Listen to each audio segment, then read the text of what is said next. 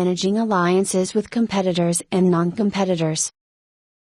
Although the importance of strategic alliances for the success of a company has been equally recognized by academics and practitioners, most of the alliance observers tend not to recognize that not all alliances are the same. An alliance with a non-competing company that is operating in a complementary industry may be very different from an alliance with a competitor. Therefore, it has become apparent that not all alliances are the same, and the impact that different partnerships have on the competitive position and overall profitability of a company needs to be thoroughly examined. 21. Strategic alliances with non-competitors can provide a company with the tools that it needs to succeed in a specific market. Non-competing companies can provide a wide array of benefits, from cost sharing and risk sharing, to providing valuable proprietary knowledge that these firms may possess. A foreign firm may provide knowledge of the political environment and government contacts that are crucial for the success of the partnership. Overall, companies tend to find alliances with non-competitors as being beneficial for them. The only major drawback of a partnership with a non-competitor is the opportunity cost of the time spent in managing the alliance. Many companies spend considerable time in trying to establish alliances with non-competitors, even in cases that it may be cheaper to undertake certain tasks internally by developing in-house resources. Companies have to be vigilant to make certain that the benefits of an external partnership outweigh the costs necessary in sustaining that partnership.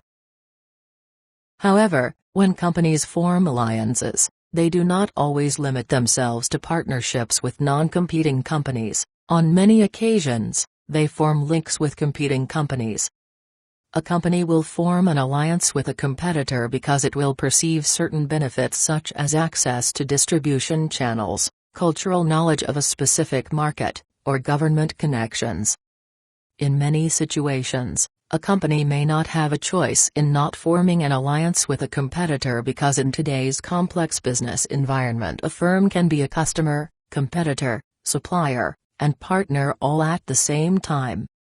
A company may actually find itself in a close alliance with a competitor not by design, but as a result of an accident.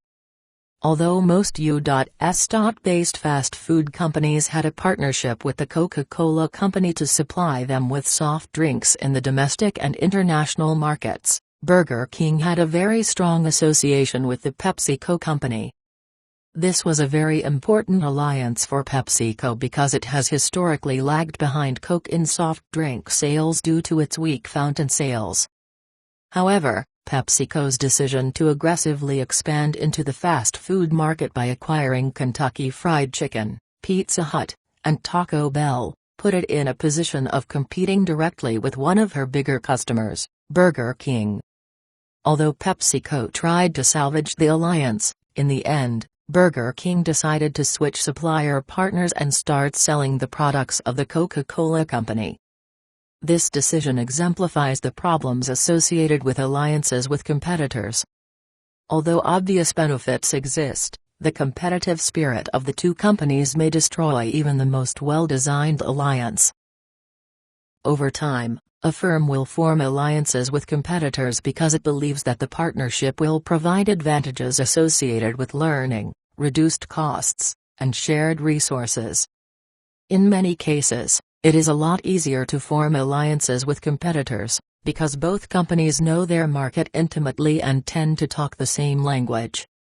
Although it may be difficult for representatives of an engineering and a transportation company, for example, to find a common language, these problems do not exist between two engineering companies, where executives tend to have similar backgrounds. In addition, in alliances among competitors, know-how can be transferred more easily from one partner to another because both companies share common industry-specific knowledge and resources. 22 It is much easier, for instance, for a pharmaceutical company that wants to enter a foreign market, to form an alliance with another pharmaceutical company that operates in that market instead of forming an alliance with a local company that does not have extensive experience in the drug industry. Despite the many advantages that a company may get by forming alliances with competitors, in many occasions distrust and the high cost of monitoring the behavior of a partner may totally diminish the advantages of an alliance and may lead to negative results. The big problem in alliances with competitors is the question of trust.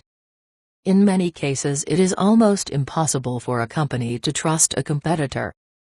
This is the reason that monitoring costs can be extremely high.